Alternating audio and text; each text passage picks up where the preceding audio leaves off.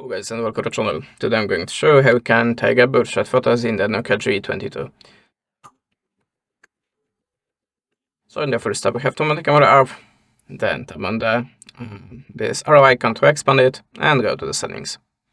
Now just look for the long press on shutter, tap on it and select birdshot. Now the only thing what you need to do is holding the finger on the shutter button. I think I need to switch off the 50 megapixels mode. And now it should work. Yeah, we took 13 photos now. And if you want to pick the best one, just select it on the birdshot.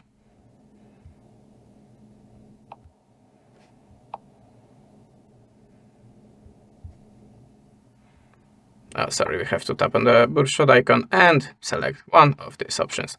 And that's it. Thanks for watching. Leave us a subscribe or a comment. And goodbye.